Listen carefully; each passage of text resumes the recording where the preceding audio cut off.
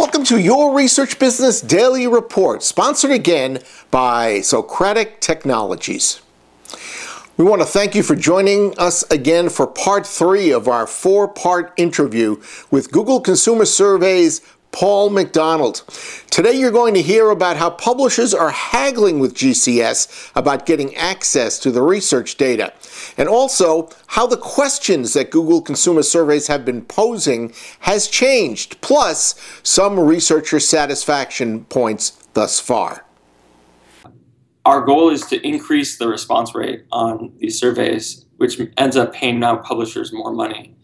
And so we're doing everything that we can to make that happen by making the surveys more simple, or helping users understand what's happening.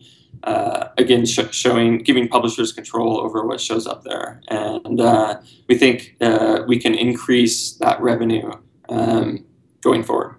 The absolute maximum is $50 for 1,000 impressions. That's 5 cents times 1,000.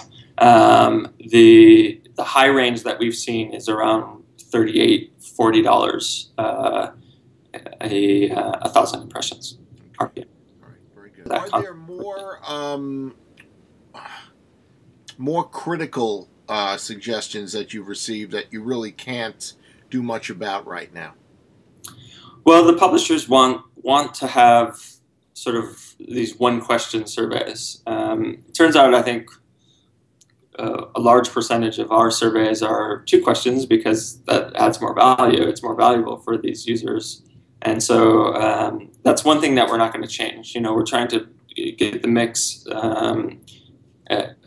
so that the user experience is decent, but the researchers are actually getting what they want out of the product. And on the researcher side, this continues to be a challenge. I think the controls that the publishers want also are challenging. Not showing political questions or not showing certain types of questions on their sites. They want the data.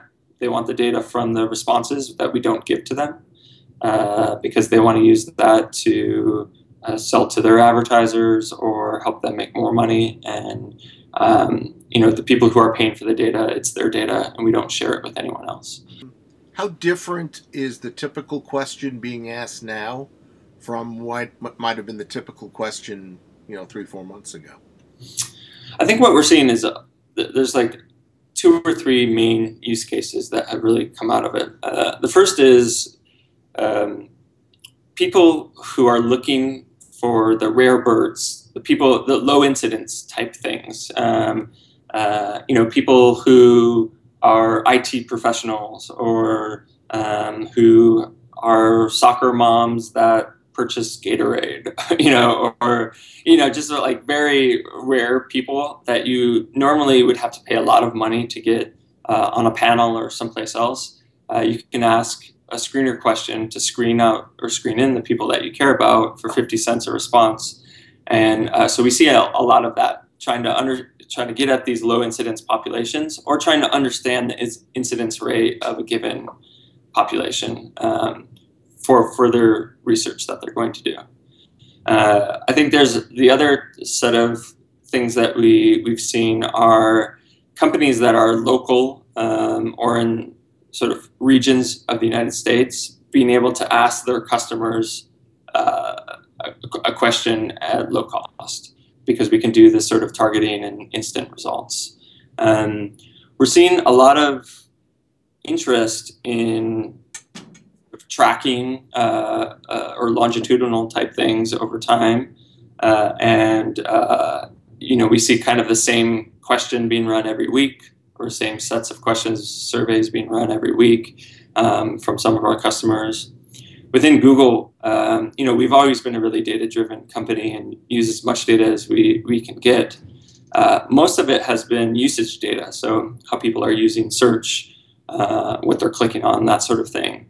That tells us a lot of the what, but not a lot of the why. And so it's been really interesting to see the way that Google has changed in its product development, using our platform to understand why people are doing things on certain products or why they're interested in certain features of products that we're creating. So we've seen a lot of that as well.